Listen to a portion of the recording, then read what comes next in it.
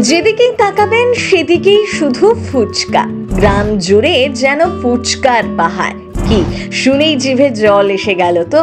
Social মিডিয়ায় দারুণ viral এই জায়গাটি। আপনি কখনো গিয়েছেন নাকি? ফুচকা তৈরি করে তা বিক্রি করাই এই গ্রামের মানুষের পেশা। বিকেল হলেই সারি সারি দাঁড়িয়ে পড়ে ফুচকার গাড়ি। 10 টাকায় এখনো এখানে 10 পিস ফুচকা পাওয়া যায়। আচ্ছা, আপনার এলাকায় 10 টাকায় কটা ফুচকা দেয়?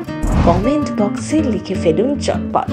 চলুন তার আগে আপনাদের ঘুরিয়ে নিয়ে আসি ফুচকা গ্রাম থেকে।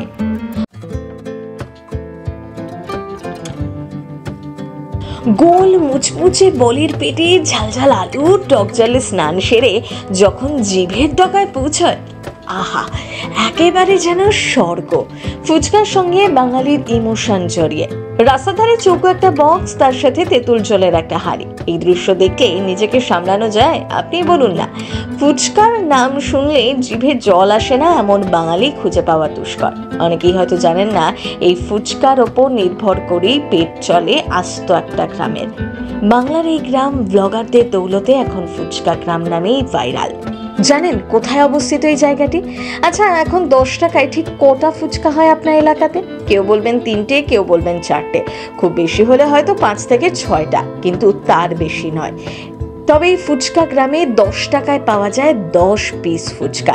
শুধু আলু টক জলের ফুচকাই নয়, বাঙালির এই প্রিয় খাবার যে আরও কতটা মুখরোচক হতে পারে সেই পরীক্ষা নিরীক্ষায় আস্ত ল্যাব বলা যেতে পারে এই গ্রামকে।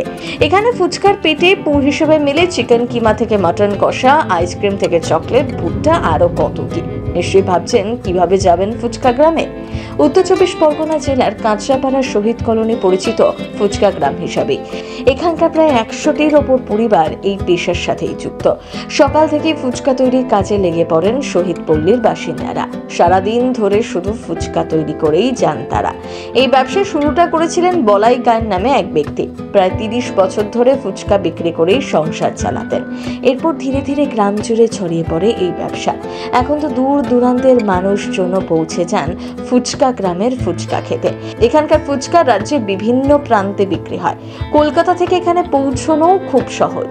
শিয়ালদা থেকে লোকাল ট্রেনেই পৌঁছে যাওয়া যায় কাঁচরাপাড়া, সেখান থেকে টোটোতেই ফুচকা গ্রাম। আজকাল সোশ্যাল মিডিয়ার দৌলতে এই গ্রামের গরিব মানুষগুলো পরিচিতি পেয়েছে ঠিকই, তবে তাদের মনে একটা আক্ষেপ থেকে গিয়েছে।